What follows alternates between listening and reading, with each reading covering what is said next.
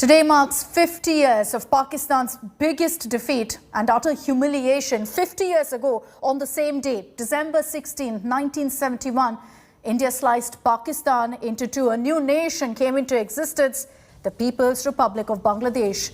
The then head of the Pakistan Army, General Khan Niazi, along with his 93,000 soldiers, were forced to surrender unconditionally to the heroes of the Indian Army. Today, Bangladesh and India celebrate 50 years of glorious victory. Prime Minister Narendra Modi will be leading the tributes at the National War Memorial in New Delhi. He's expected to be there in about 30 minutes from now and will be participating in the reception ceremony of the Swarnim Vijay Mashala at around 10:30.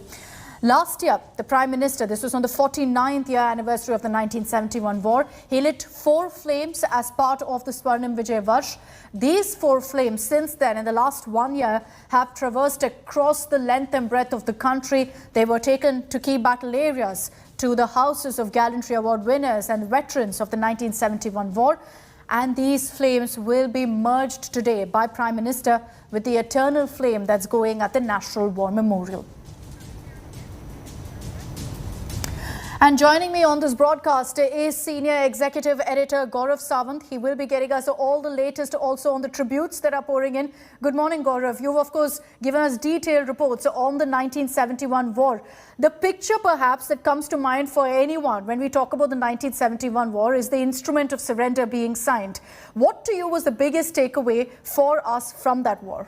So the 1971 war is India's biggest victory and Pakistan's biggest defeat. Now, what's extremely significant, and this is something that Chief of the Army Staff, General Manoj Mukund Narvane, also spoke of very recently at Agenda Aaj Tak, when he said it was jointmanship of the Indian Army, Navy and Air Force. I mean, just imagine on the 3rd of December, Pakistan Army and Air Force launched preemptive strikes on India. Pakistan Air Force attacked 11 air bases on India's western front, and that's the day that the Indian Army rolled into Bangladesh from multiple sides. And within 13 days, on the 16th of December, this day in 1971, 50 years ago, Pakistan Army surrendered. Lieutenant General Ali Abdullah Khan Niazi, AAK Niazi, he surrendered. 93,000 Pakistan Army officers, JCOs and Jawans, they surrendered, and Indian Army ensured their safety. Otherwise, the Mukti Jodhas and the people of Bangladesh, then East Pakistan, who had been tortured, mercilessly raped, brutalized, plundered, killed by Pakistan Army, they would have killed the Pakistan Army. Indians kept them safe. You know, it's a day that India remembers as a glorious day. It's a day that Bangladesh celebrates. It's a day also that Pakistan repents and perhaps mourns because of what it meant for their military. I also want to take this across to Lieutenant General S.A. Hasnain, who's joining us on this broadcast, former General Officer of Commanding 15 Corps. We also have with us Vice Admiral Shekhar Sinha. Good morning, gentlemen. Thank you for joining us here on this broadcast. Lieutenant General Hasnain, to you first. You know, 50 years ago on this date, history was created. It's a historic day for us here in India, for Bangladesh, but really for the world, because in 13 days, we saw a war ending, perhaps one of the shortest in history. Absolutely, there's no doubt about it. Wars have been fought before.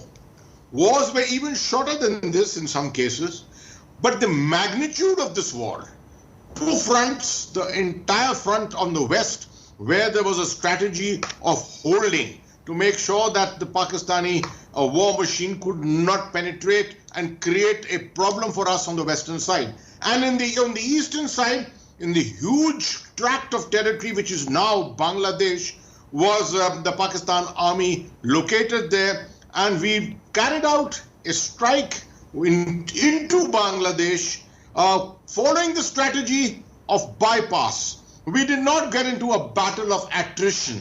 We followed a policy of bypass. It was a classic maneuver, a classic strategic maneuver, which ensured that our forces continued to advance, bypassed the opposition, the cities and the villages, and got to the innards, the heart of Bangladesh, East Pakistan then, that was around Dhaka. The classic crossing of the Meghna River by one of the first heliborne operations in the world, conducted in such a professional manner, ensured that the Indian Army was brought to the doorstep of Dhaka through this maneuver. And finally, the parachute drop at Tangail. That was the last nail in the coffin of Lieutenant General Niazi, making it absolutely clear that there was no chance for the Pakistan Army, no other option for the Pakistan Army than to surrender. 93,000 prisoners of war taken and transported safely to the mainland of India. That is a classic achievement. And I think we should discuss that also in great detail about how India also handled the surrender, keeping fully in mind, military ethics, protocol, clearly the behavior of a dignified, of an obedient army. We'll discuss that also. I just want to get in a quick live update from our defense editor, Abhishek Bhalla, who's joining us from the ground, from right outside the National War Memorial.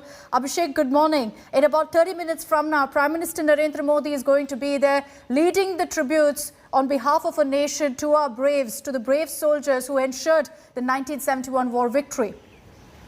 That's right. Prime Minister will be present himself, paying homage to all the martyrs and also war veterans of the 1971 war. And in fact, last year, the Prime Minister had torched the eternal flame, and there were 4 victory torches that have gone through the length and breadth of this country, from Siachen till Kanyakumari in the south, from the Run of Kutch in the west to Agartala in the far northeast. And all those 4 flames will be brought here today, and they will be mingled with the eternal flame, the Amar Jawan Jyoti that is at the National War Memorial. So a very symbolic, kind of an act that, all 4 corners of the country, these victory torches have gone to, and finally culminate at the War Memorial.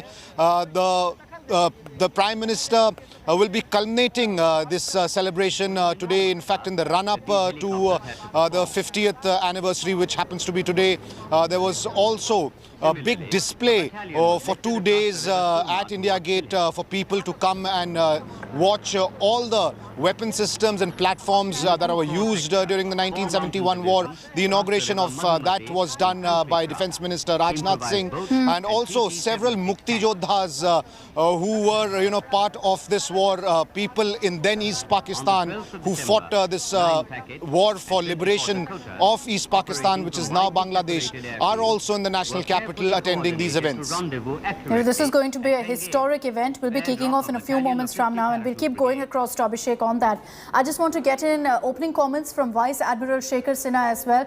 Vice Admiral Sinha, good morning. I just want to talk to you about something that Gaurav mentioned also in his comment about how, this war showed the Army, Navy and Air Force working so well in such close coordination, and that's what ensured that historic win for us.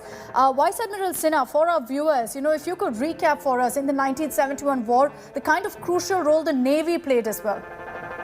Aircraft of the Well, thank you. Good morning, and thanks for getting me on the program. I think we need to give a lot of credit to the secrecy which was maintained regarding the missile boat attack on Karachi Harbour, which virtually destroyed a large number of their ships, the merchant ships, and really blockaded the Karachi Harbour for any further use. Whereas on the east, the aircraft carrier created quite a havoc on the Chittagong, Khulna and Chalna ports, and there were a lot of attacks by the special forces, a very covert attack. They went in a very small boat and they torpedoed, they bombed the entire area outside the port. So Navy and the Air Force both created very congenial environment by giving complete superiority, the Air Force, the air superiority, and the Navy by blockading, which really left no option for the Pakistani soldiers, 93,000 that General Hasnain was talking about. They had no place to go. They could not run away. So no ship could get inside, no ship could get out. And that is what has happened. Right, Vice Admiral, we'll just come across to you. I just want to tell our viewers that these are live images coming in from Dhaka, from Bangladesh also. This is, as I mentioned, the day that they celebrate as well. The People's Republic of Bangladesh was born today as a result of this war, as a result of our army's heroics. And the fact, Gaurav, that you saw, 21-gun salute for President Kovind when he touched down in Dhaka, all of that is very telling of how historic a moment this is for Bangladesh as well.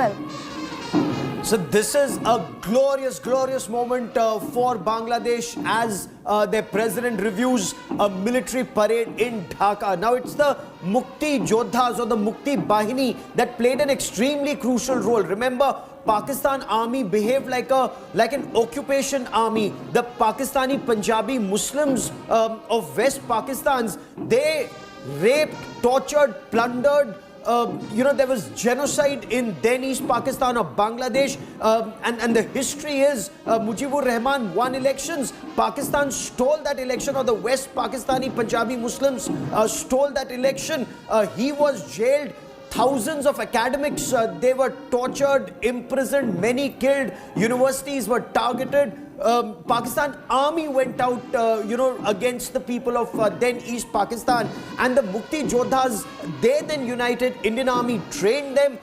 There was brilliant training. It was an absolutely outstanding military raw operation of training. As Admiral Sinha rightly pointed out, that this was utmost secrecy was maintained. Of course, from March onwards, it was very clear that there would be war between India and Pakistan. The fact that India had a long time to train for this war, when 3rd of December, finally Indian army was launched into Bangladesh. But without the Mukti Jodhas, this victory would not have been possible. General Hasnain and Admiral Sinha can tell us better. But Mukti Jodhas or the Mukti Bahini fought shoulder to shoulder with the Indian army in this glorious liberation war for Bangladesh. Lieutenant General Hasnain, would you like to add to what Gaurav has also mentioned? Absolutely. You see, this was a conventional war, no doubt. But a conventional war can probably drag on for many weeks, in fact, many months. The presence of the Mukti Jodhas ensured that we had our stormtroopers right there in front. Remember, we were in an alien land. We were in a land which different language was spoken.